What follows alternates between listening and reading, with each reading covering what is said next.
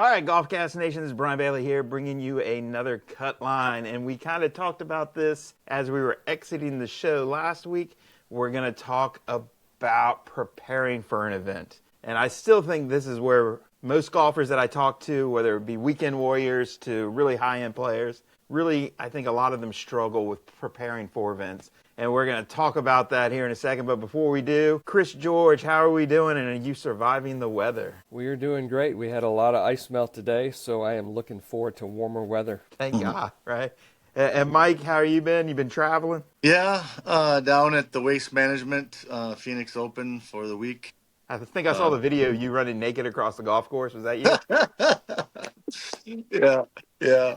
No, that wasn't you. That was Okay. crazy. I Must have didn't been even know another that doctor. happened. I don't know who it was. Yeah, I know. Isn't that something? Of course, it's going to happen down there at that tournament. Yeah, it's gotten. I did get a really close-up experience with being right next to the tee box on 16 on Thursday and Friday during the player I work with when he was there. So we were allowed in there to watch and to look around and hear everything they're saying. The Yeah, humanity. it's gotten to a point where people are just really seeming to root for really bad shots so they can just boo and yell things at them. That's what it seems like to me. Yeah, the fan is Which isn't trying to really become part of the show. Yeah, they are. That's for sure. Yep, they want to be the story. That's why I don't go to that event at all. That one's chaos at best. So, but no. So let's talk about preparing. And I was thinking a big show preparation, but there's so much to it. So I'm starting to think. Let's talk about leading into an event. We'll say we have a few weeks out, and by an event we're talking about you're a competitive golfer of some sort. Doesn't mean you're a tour player. It could be a club player. It could be playing USGA events or some state events. And so with a lot of those, you're going to have some time in between events. So we're going to say we have about a month, give or take. So kind of the preparation of, okay, I have an event coming up in 4 weeks. What are those progressions to get ready for the event? How can I prepare for the event better? And then how can my preparation allow me to be mentally ready to go compete in an event is kind of where I'm going with this. And preparation is probably not what you think. Or a lot of people might think it's a lot of range work, grinding harder, doing more work. It's probably not that. It's kind of preparing for what's getting ready to happen. So, Chris, give me a good definition of how would you define preparing for an event? Yeah, I would say preparing for an event consists of three key elements. And I think the first one is you keep the systems you have in place. So if you have practice protocols or you're working on contact ball striking skills or skills to work your dispersion to be smaller and your swing refinements, let's call them, those all should always stay in place, and you're refining them, and your reps and how you're doing that and the things you're doing are there. That really is separate. That's a daily, we'll call that a daily multivitamin, if you will. That's aside from what you would do for tournament prep. Tournament prep would be first is kind of the current venue of whatever golf course you're going to play. Given the description you talked about with, it could be a club tournament, it could be a USGA qualifier. The first thing I would do is do some research on, one, the golf course. So you could use a multitude of apps to lay out what you're going to hit off the tee, what distance you may have in. So you have a preliminary game plan from a strategy standpoint on club selection, especially on par threes. Third shots on par fives. Go for it maybe on par fives if the situation is warranting it. So the layout is really important of kind of how you structure your practice for yardages, the number of balls you hit with certain golf clubs, those kinds of things. The next layer of that would be looking into what are the 6 hardest holes historically, what are the middle 6, and what are the easiest 6. So if you look at the hardest 6 holes scoring average wise that are playing over par potentially, you certainly want to spend a little more in-depth look at those holes from a strategy standpoint, because if the scoring average is 4.5 on a par 4 or 5.3 on a par 5, and you happen to make birdie, or you have a good strategy and you stick to the game plan, you're incrementally going to pick up strokes gained on the field. So that makes a big difference on how you prepare. And then the third piece of that is nutrition, hydration, kind of how you go through your practice regimen for tournament preparation, which again, like I said, is in addition to your normal ball striking practice. So this would be more performance-based practice. It might be going on the golf course and just working every hole on putting the ball at the par 5 scoring distance you may be hitting that third shot in, and work on getting the ball up and down from that distance on every hole. It might be just working on par 3 yardages on every hole. So you're not playing the golf course from tee to green. Even more in depth, you might do a look at weather, which I think is really important, on wind direction, temperature, especially wind direction. So you try and prepare as best you can for holes that are going to play into the wind or crosswind, so you get a really accurate yardage for those sight lines and your carry distances. So as you move through that, let's say it's a 15 to 20-day period prior to the event, yes, you're still doing your normal practice, but you really kind of back out of the reps and you're more performance oriented. And then you overlay that with games. Let's say you're a player where you do hit 10 greens in regulation. 5 of those hopefully are inside of 20 feet. So you're going to take 5 balls, drop them from 9 to 20 feet, and you need to make, let's just say, 2.5 of those. 3 would be a great number. So when you drop those balls down there, you're starting to create that performance environment to make a proper number of putts that would really allocate you, depending on your player level. Now that number changes if you're, at a 10 handicap. But the idea is the harder you make practice, the better you're prepared. And then keeping your expectations realistic as you go into the event. All right. So that's a very good description of it. Mike, how would you describe kind of on the mental side what preparing for an event would look like? Looking multiple weeks out, and then we'll kind of dive deeper as we get closer to the event. So if you had a player and they have 4 weeks, give or take, and it's a big event for them. Maybe it's the club championship, maybe it's the U.S. Open, but as there's that end goal, that pressure starts to ramp up, that feeling of, am I doing the right things and all that? So what does that look like for you? Well, yeah, that pressure. Basically, I just define pressure as stress in a performance situation. And so pressure, stress. And there's a couple of kinds that I think the player needs to understand the kind that they have. One is positive stress and one's negative. And the positive stress is when they have motivations for the event that they're looking forward to and excited about fulfilling or achieving. The negative stress is when they have the avoidance-oriented kinds of motivations where they're more fearful and of the various things that could happen that they don't want to have happen. So, for instance, positive stress, when they're going to look forward to the event and be excited, might be they want to test their game. Now, I really believe that a competitive event is the absolute best experience to get the most feedback from your game. And so if they have the goal of testing their game, that could be something they could be excited about. Some people are striving for excellence in some ways, or even personal growth, and a competitive event might provide that kind of challenge for them to continue to grow. Or maybe they're trying to develop courage or understand how to regulate themselves better, or they're trying to figure out how to enjoy a situation in which they're competing against others, etc. So those are some things or they might just want to win. Yeah. Of course, winning could be something they're looking forward to if they think they actually have a chance, right?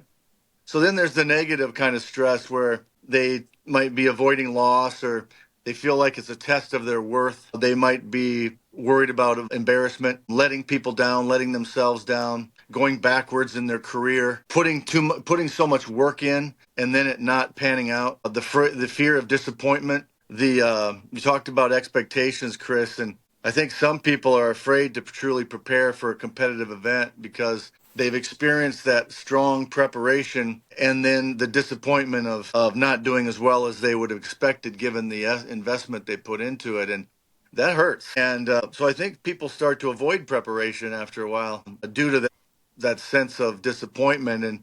And it's similar to a situation where people expect great things from you or say these wonderful compliments about your game while you're out there playing, and then you start getting self-conscious and fearing not being able to live up to what people think about your game. And so those are similar things and common things that can hurt people. But so I don't think that the motivation is the first thing. Getting that locked down so that people aren't going to be worried about it 4 weeks before, 3 weeks, 2 weeks, 1 week, and it just getting worse and worse up until the beginning of the tournament.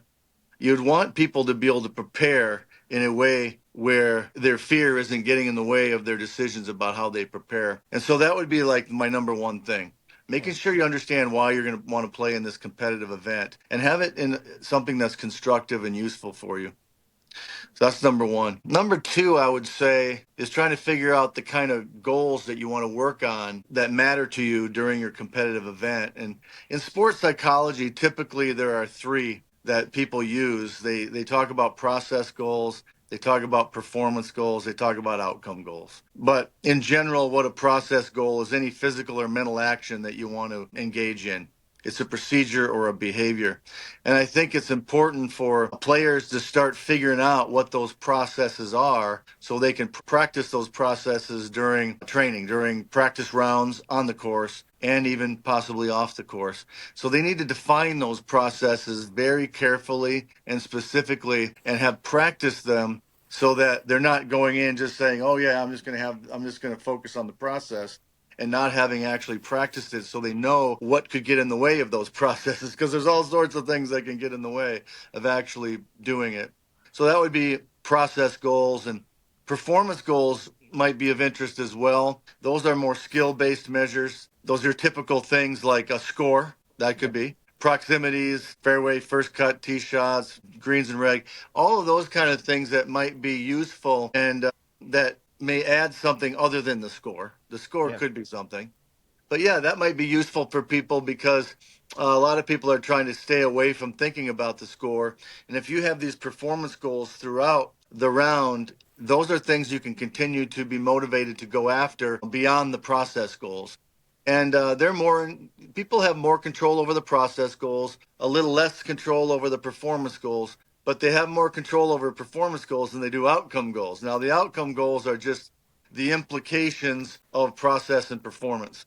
So what's going to happen based on your scores and your ranking in the field, and what does that all mean to a person? And I don't think it matters if somebody has an outcome goal a little bit further away from the tournament event, but I don't think they need to be thinking about the outcome goals while they're there. It's just unnecessary anymore. It's not like they're going to forget that it matters to them.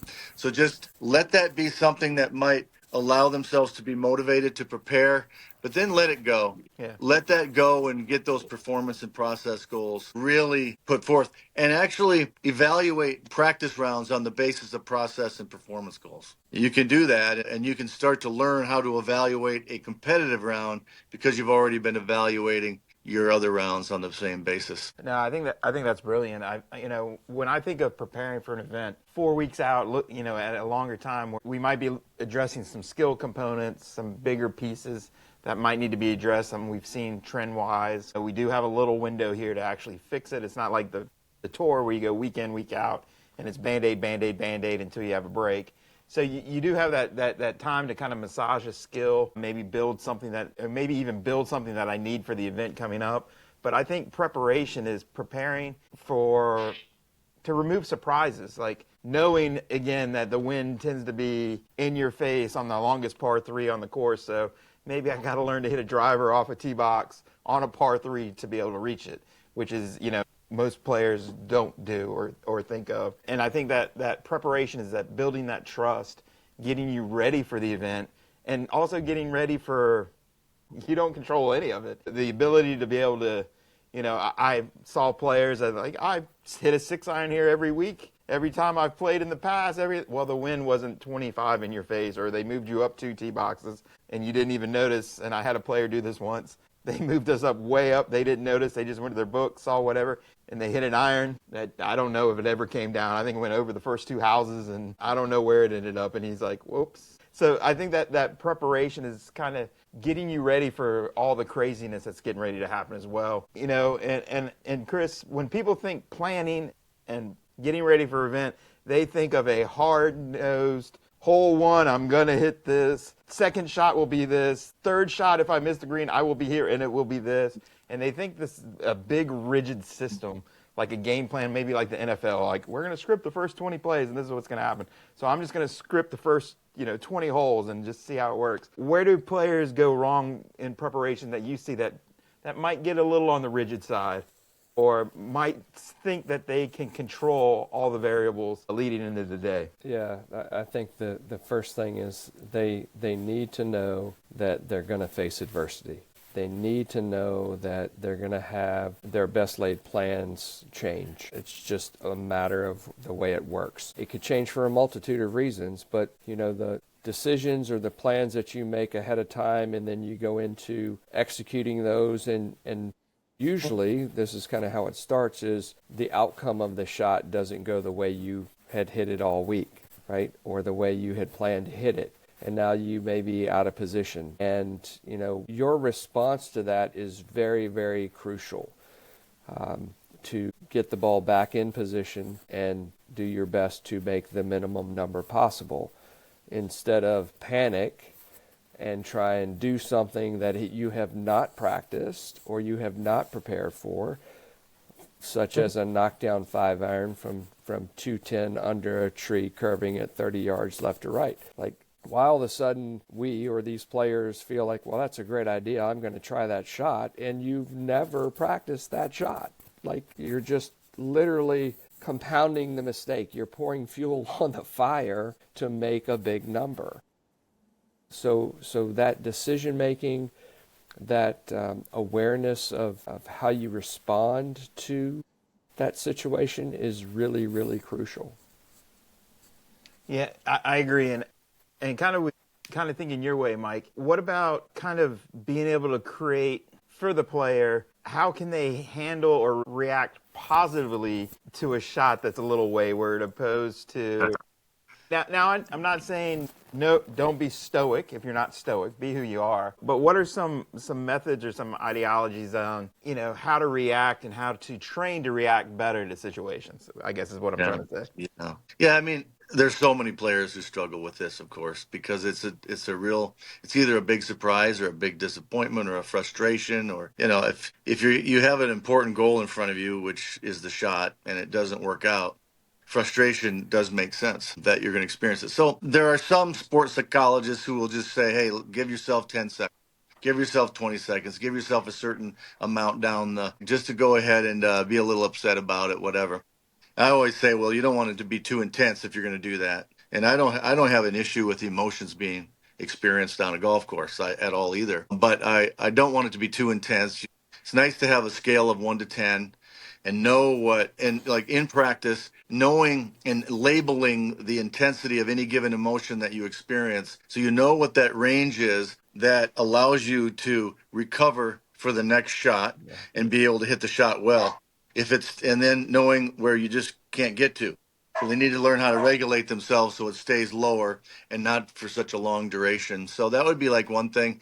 It's not to try to be unrealistic and say you're not going to experience an emotion. It's like, yeah, like you said, being stoic as if you're going to be indifferent about everything is probably not what is a realistic way for a lot of people anyway. So that's number one. Number two, there's certainly other ways. There's different things you can do. You either correct or celebrate, I guess, is another thing. Though some people talk about that, right? So you correct it and get a sense of what you just did to create a shot that didn't go the way you planned. And then you do a rehearsal. So you have a sense that you can do it, and then you can move on. Or if it was a shot they actually liked, then a little bit of an internal celebration. Whatever. It could be external. It just depends. But it depends on the personality. The way I like to have people do is eventually describe the shot. This is an interesting exercise, and a lot of people have a hard time doing it because it takes full concentration to do it, really, in a sense. So to describe the shot as fully in the sensory details as possible. It's like if you could do a practice round and you decided, I'm going to do this for every shot, off the tee or every approach shot. And you're going to describe just what that ball did off the face of the club all the way to landing and roll out, spin, etc.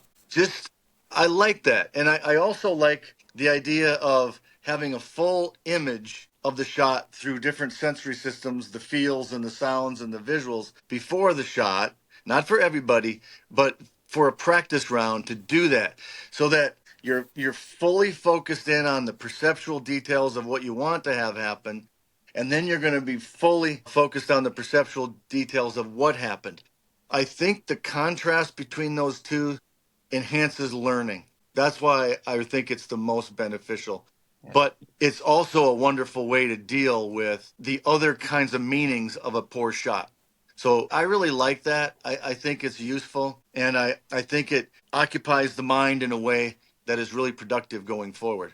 No, I like that, and I do something along the same lines. If I've never worked with a player and they show up for like a putting lesson, and my number one question for them is they're on the putting green. I'm like, all right, I'm blind. I can't see you. Describe your putting stroke to me. Like, tell me what's moving, when's moving, what the ball's doing, what the face is doing. And most of them look at me like, are you effing nuts? I'm like, if you don't know what's happening, how am I going to help you to be able to move this putter better? So I think, that along that same lines, like if you can't describe and feel and understand what's happening, yeah, you're penalizing yourself from becoming a better player. But Yes, I think, Chris, to circle back what you talked about earlier, we're at 4 weeks, we're at 2 weeks, we're getting closer.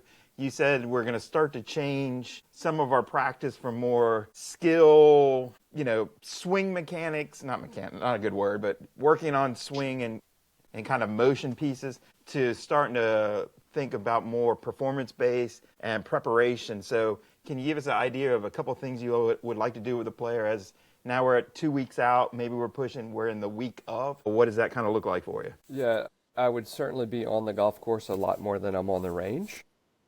Amen. I mean, you got to practice hitting balls and keep the maintenance on the ball striking. However, you need to, I would say, if you wanted a number, 70% of your time on the golf course is a great place to spend it. And then the challenges of those, kind of matching up the distances, the shot shapes, the holes into the wind, downwind, crosswind as best you can. Finding a golf course maybe near you that has similar conditions, even if you have to travel a little bit, I think is really, really important. Bermuda greens versus bent greens, potentially, if you're playing on different types of grass than you normally play on, I think is a huge benefit to your putting. And then playing for score. I think making games on the golf course where you have to validate a par, where let's say you play a hole and then you have to drop a ball in a bunker and get it up and down, or then the next hole you drop it from a rough short-sided and you have to get it up and down. Playing 6 holes at a time differently than you normally would, with challenges of put the ball in a position off the tee that's still in play, but it's absolutely where you don't want to be. And you have to figure out how to make no worse than bogey from that point. And you do that 6 holes in a row, you're going to start to grind. You're starting to challenge yourself mentally. You're going to feel different emotions. You're going to feel different frustrations, even in practice. But you're going to start to understand how to score, how to get the ball in the hole, again, relative to your skill level and player level. But it helps you problem solve. It helps you then when you're in a tournament and you hit the ball off line and it's out of position, all of a sudden you go get to your ball and you go, well, I've done this before. I've hit this shot. I've practiced this shot. I know what this feels like. I'm not all of a sudden going to double down and try and do my, Hail Mary on this one shot to try and save the whole round. It's a lot of golf to be played in a tournament round. Not only that, but in a 2 or 3 or 4 round event. No, I like that. And Mike, kind of, let's say, again, we're getting closer to so again, proximity of event is getting closer. So what if a player is sitting there and he calls you up week out or a couple days getting ready to leave and, man, I'm not ready. What are you going to tell him? Like, I'm just not ready yet. Practice isn't going like I wanted. I'm not striking it nearly what I want. I'm even thinking of Hovland last year, right? Remember he kept shooting in the 80s and then he wins an event out of nowhere, right? So what is it, what are those pieces, that you can look at this player and say, hey, you might not have everything lined up exactly how you are, but here's how you're going to go out and really do a good job. What does that look like? I think it's okay if they were all gung-ho on winning, they can change that goal anytime. Yeah. People can change goals anytime they want, and if they're feeling like they're not ready and it's a little bit panicky, that's showing that their goals aren't things that they can control. Gotcha. That's what it shows. And so you want to help them figure out how to shift those goals to things that they can, I would use the word directly influence. Yeah. That'd be a better word for me. I like that better, but directly influence, because I don't think we can fully control all these things, but even our mind, we can do a lot, but not fully all the time. So We yeah, can't I control our would want to brain. help with that. What's that? We can't control our brain. What? Yeah. Yeah, I think we can directly influence it. How about that? That's what I like. Directly influence. There you go. We can directly influence it. So, yeah, I think that I would first do that. I would help them shift their goal to something that they feel like they can do, and then shift one of the experiences I've had with a lot of different play or athletes in different sports is that if they're going up against a really difficult opponent, for instance, in tennis, for per se, let's say, and they're going against this opponent and they really don't think they can win. They know they're not as good of a player. Sometimes they have their absolute best performances in that situation because they do give up on all sense of outcome anxiety. And they just decide they're just going to focus in on whatever they can do in the moment on each shot and see if they can pick up the ball a little quicker or something like that, which is more directly influenceable. And they oftentimes will play their best against an opponent that they don't think they could ever win against because they realize they're just better, they're more highly skilled. So I think something like that attitude is often in golf that can be useful. Let's see what I can do in this tournament, given where I'm at. Let's just see what I can do. It's not to give up on their ability to perform, but they don't even have to think about all the rest of it. And they can learn quite a bit from an experience like that. And oftentimes mentally, they might be better off in that kind of a state, I would Yeah, say. I would agree with you, and I think that's an interesting way of looking at it because I know as a college coach, we would always be like, don't get out of the van if you don't think you're going to win this event. Like we've got to go to the first tee. Now, granted, we have 5 players, all 5 of you can't win, but if we're not prepared and not thinking in the direction that you have a chance to win this event, I've made a mistake of bringing you on the trip. But we need to be prepared for you to go on that first tee and perform. And now your 5s are probably not going to win. But you know what? If they can say, hey, kind of like you said, if I can go out and just play my best, do what I can control it, go have a great round, and see where that adds up. That's really what we're trying to get them to do. And it's a fun one. And I like the fact that, Chris, you always said environmental. And this is the part I think most people get completely wrong, right? If you're in an NFL team and you're getting ready to go play a team that's in a dome, you don't care about weather. So you can practice wherever you want. But if you're getting ready to, go play the Steelers in mid-December, it's going to be cold. It's going to be windy as heck, and you kind of got to get prepared for that. So golfers out there, when we're talking environmental, I'm talking about what the golf course is doing to you. You got to train for the specific golf course, go figure. And also the different conditions. What kind of sand is in the bunker? What kind of grasses on the green and around the green? Is it Georgia? Is it a native green, a native cold grass? Is it Bermuda? Like, what is that? So understanding and preparing environmental wise, give us some insights and any good stories where players have succeeded or failed miserably because they weren't prepared for the environmental condition. Yeah, we could do a whole show on that. I think that, I'll give you a great example. So let's just say we are a player and we work all day and we practice in the afternoon. Okay, so you're hitting wedge shots off a dry turf. Fairways are always mown, and you're hitting short game shots inside of 50 yards or third shots on par fives, 60, 70 yards. And you play a tournament on a weekend and it's an 8:30 tee time or shotgun. And in the summer, there's dew on the ground, there's moisture on the ground. So you're used to hitting your 60 degree, for example, off of a, nice, clean, dry lie. And you know how far that goes because you've been doing that 4 days a week for a week and a half. And then you get to Saturday morning and you're in that exact location on the third shot on the par 5. And it's 8:30 in the morning and there is dew on the ground and you know exactly what you're going to do and you do it and it barely gets on the front edge of the green. Like, there's a great example that you weren't prepared for the environmental conditions of the slippage of the ball because there was a ton of moisture between the ball and the club face. And that's a great, I see it often in a lot of different levels of tournament play.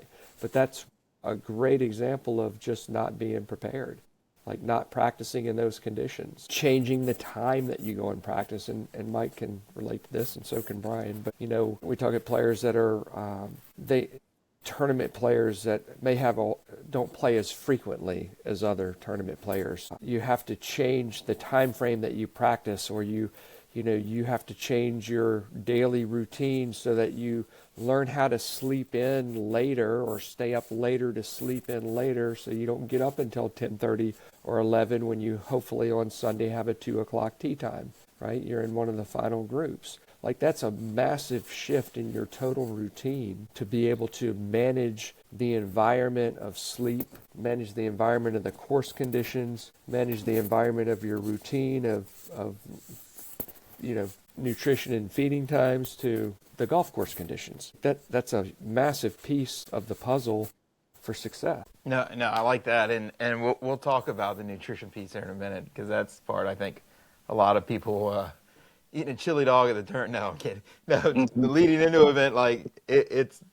I think a lot of tournaments are lost way before you actually show up at the venue or leading into tournament rounds. But Mike, thinking of player, let's say you're working with a player maybe that's not used to playing American golf courses, because in the U.S. they typically are more parkland, more manicured. Greens are usually quicker, maybe, someone coming from Europe, Asia, it's a little bit different. So how are you helping them to get ready for the environmental conditions that they're getting ready to face, especially if they don't play a lot in the States? Yeah. Well, the view and perception of these different conditions would be very important to understand. The changes in how a ball is going to react on a firm green versus the slower greens, and the smaller margin of errors you're going to have with a quicker green, a firmer green, and especially, of course, with the undulations and the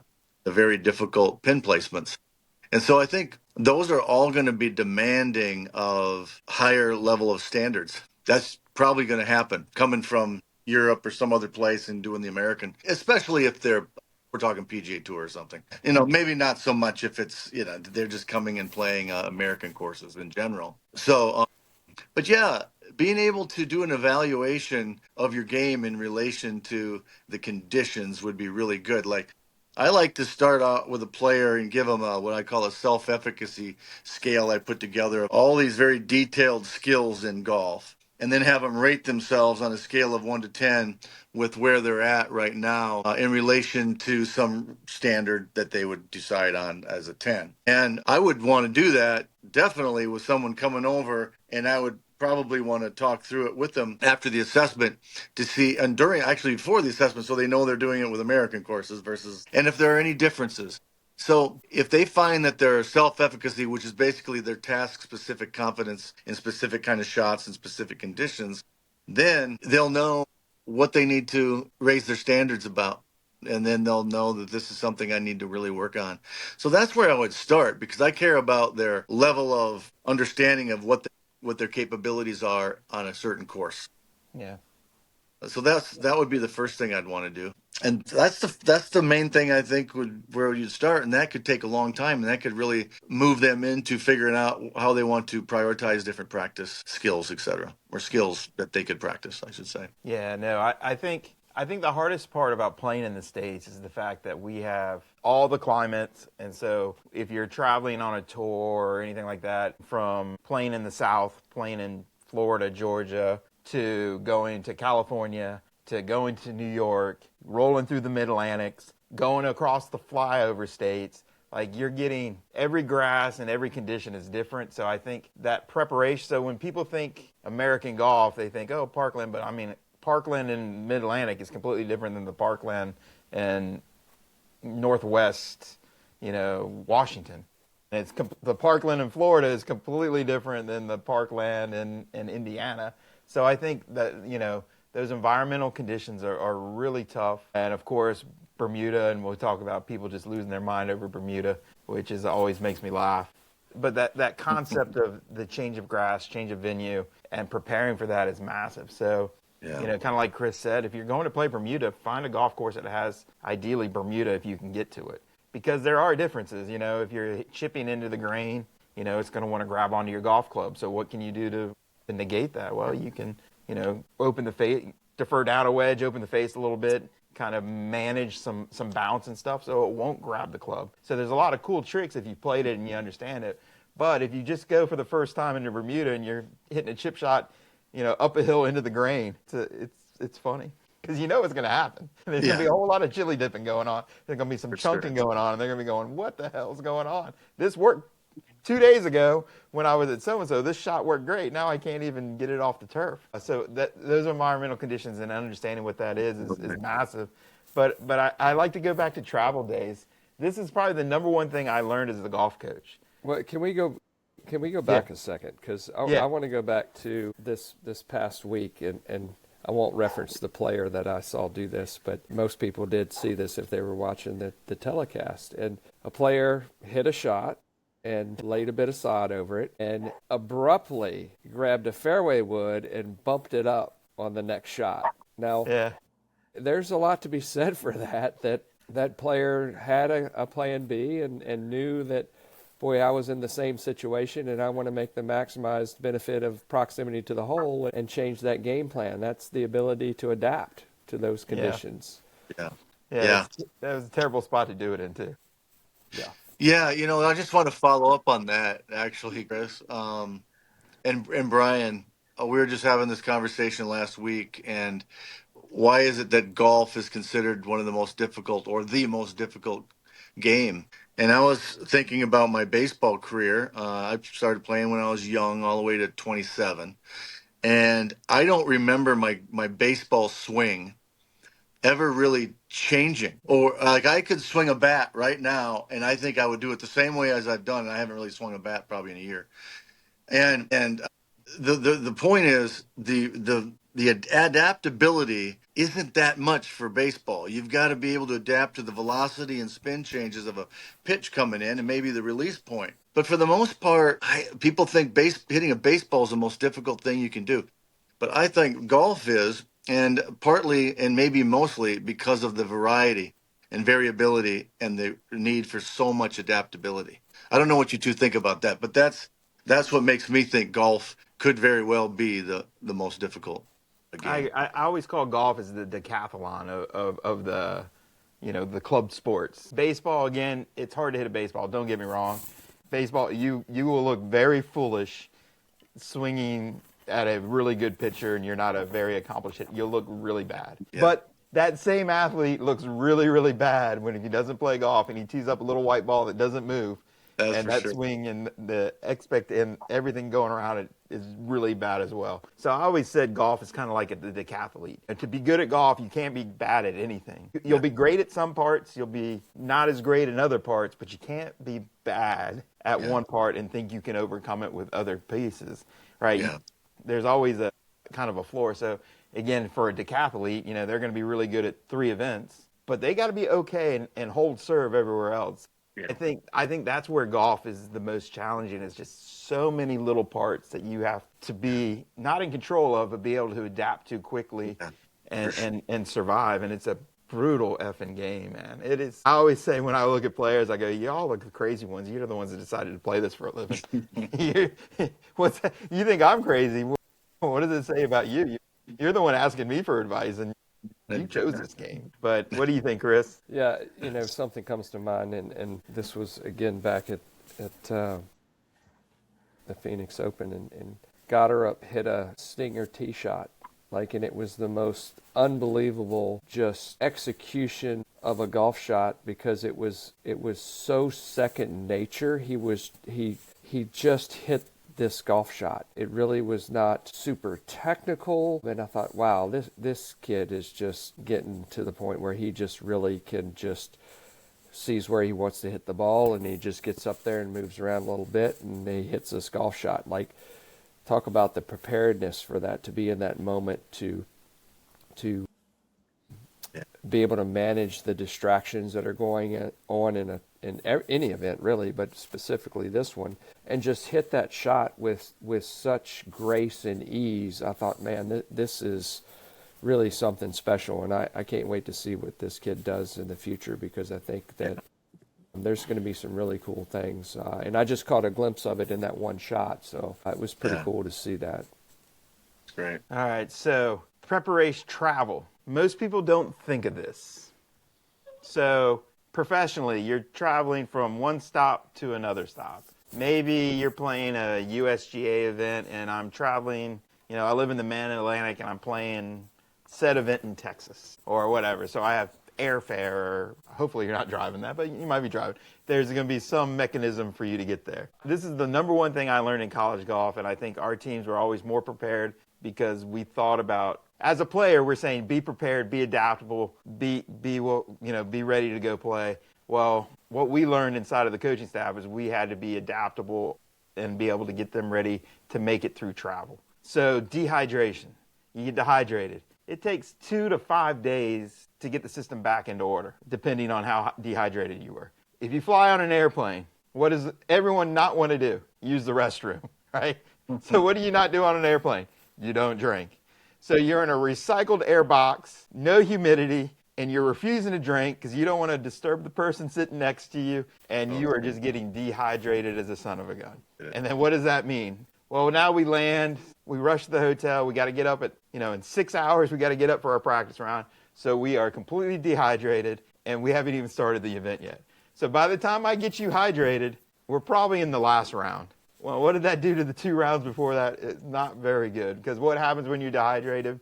You think your thought processes can be affected, your energy levels can be, there's a lot of components. So, one of the things that we learned as a coaching staff is stay away from high sodium foods, because again, high sodium messes with dehydration, can get your electrolytes way out of whack, and getting players to be able to drink properly into an event. So our team hated us. We would literally buy water bottles, and we'd be on this amount of flight. We'd be like, you have to drink this amount of water to make sure that when we land, you haven't lost hydration.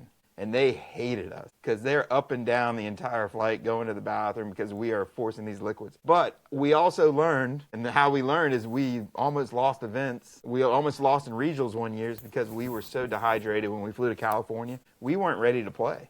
We looked terrible. A little bit of jet lag, a little bit of hydration, not eating correctly, all these components. And that almost kept us from playing in the national championship. So, Chris, do you have any tricks of the trade or anything that you tell your players food and diet-wise leading into an event, what this kind of looks like? And of course, don't change because you're in an event, but be who you are and what that looks like. Yeah. I'll start with, I am definitely not a nutritionist. I am not a doctor, but I can tell you 2 things. But I did say at a Holiday Inn Express.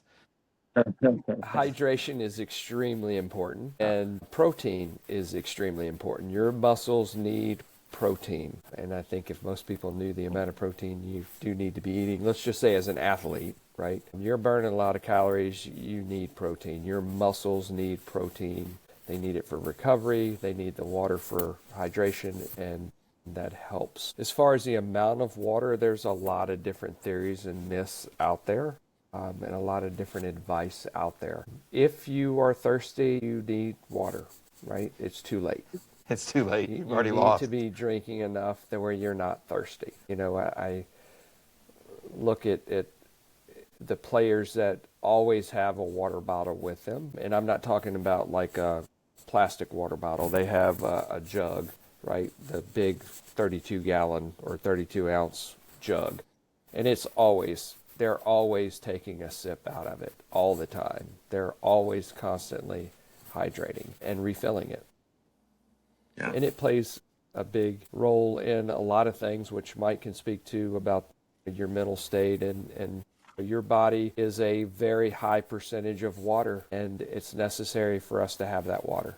Yeah, so true. And then Mike, thinking on the same lines that we have food, we have diet. What if, not saying that I've ever seen this, what if a player says, well, I'm at the biggest event in my life, so I'm used to drinking a double espresso every morning, but I'm going to be healthy and I'm going all in on this event. I'm going to be so good, and I'm going to eat better. I'm going to eat different. I'm going to not drink the caffeine. I'm going to, not listen to my podcast late at night. I'm going to go to bed early. What would you tell that player they're doing right or wrong? Well, first of all, I would have started this earlier.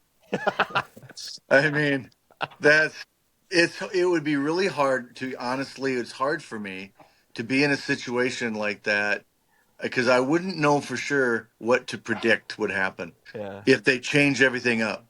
yeah, I really wouldn't know because we have nothing to base it on.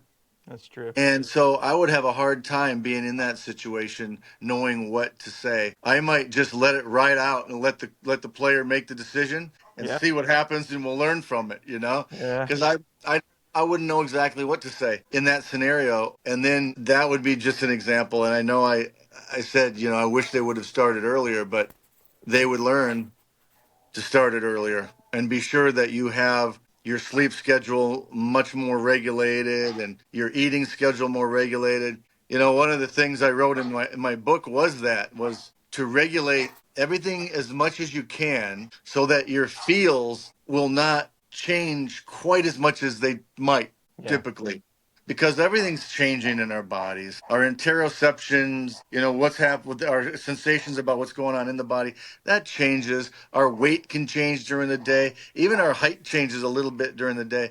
So all these things are changing all the time. Get as much as of consistent as you can to at least try to reduce some of that kind of variability in feels and so on to help you feel like you're in more control. So that would be my thought on it. And so do this over a long period of time. yeah. But Might be I better. have seen stories of this is a big event, or I don't want to let my team down, so I'm going to be healthy on this trip. Yeah. Yeah. Your body's Uh, addicted to a chemical. It's called caffeine. I Drink know. it. That's the thing. Drink it. Yeah, you don't want to have withdrawal symptoms while you're out there trying to play. Yeah, you're literally addicted to a drug right now. Caffeine is a drug. We've Yeah. got quitting cold turkey to try to help the team might not be our best bet today. Drink a Coke. Yeah. No, no, I think it's interesting because, again, it goes back to kind of like you said, preparing, getting ready. This is all things you need to be thinking about as you're preparing for your event. Where are my meals? Where am I going to eat? What am I going to eat? When am I going to sleep? What am I going to do when tee times get flipped? Or, being prepared for an event is much more than can I hit a 6-iron? Can my face path ratio be perfect for X, Y? Yeah, that's important, but events are much more, and travel and just in itself it can be a nightmare. We used to always say as a team, we're going to travel, and we know we're going to have 1 to 2 calamities happen.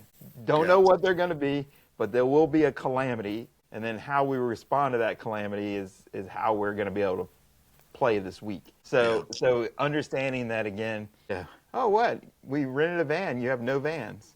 We have 8 people. Okay. What can we do? Well, we have 2 cars, but they can only fit 7 of us. Okay. What about the luggage? Well, we can those components as well. So I think having that preparation and even preparing, getting your golf bag ready, making sure your equipment's right, making sure your equipment's right after you land. I hate to tell you, I've watched golf clubs being loaded in and out of planes for decades. They don't treat them well. Yeah. Yeah. For So sure. your 5-iron might be in tolerance when you take off, but when you land, it might have just became a 4-iron, or it might have just became a 7-iron.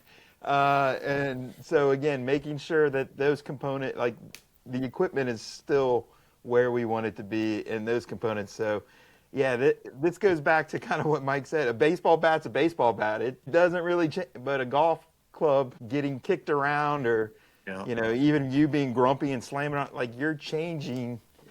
potentially what that equipment does. So Yeah. yeah, I That's- think preparing for an event is much more than what people think. So the good coach, the good Yeah. player is going to rationalize all this out and make sure we're prepared for what's getting ready to happen. And I think that is, again, I think the number one rule is just being ready for variance, being ready for the unexpected, and how am I going to adapt to what's getting ready to happen. Because again, 72 holes, multiple days. My favorite was the hotel dates got wrong, and we had to change hotels in the middle of a tournament because they were like, oh no, you guys are supposed to leave on, no, we're here for 2 more days. So again, just having that understanding of, okay, well, we're just going to have to move our stuff. It's going to be fine. Don't worry about it. And so I think, again, just being prepared and being in the right position to deal with just chicanery. And golf is nothing but. And that's the fun of it. To me, that's the fun of it. I always tell people when I go to a golf course I've never seen, I said, my mentality going out there is really simple. I have a set of skills, and this golf course is going to want to either enhance or diminish my skills, and let's see who wins. Do my set of skills allow me to perform at a high level on this golf course, or maybe this golf course is just going to beat me over the head today, which is, what it is, and I'm going to laugh. I'm going to laugh my way through it, but being ready, as much ready as my skill set can be, and just go attack this golf course and go have fun. I think if a lot of people took that attitude, it would be, golf's a lot more fun. But we'll close this down. Like I said, next month we'll talk about being at venue, because that is just a whole new can of worms.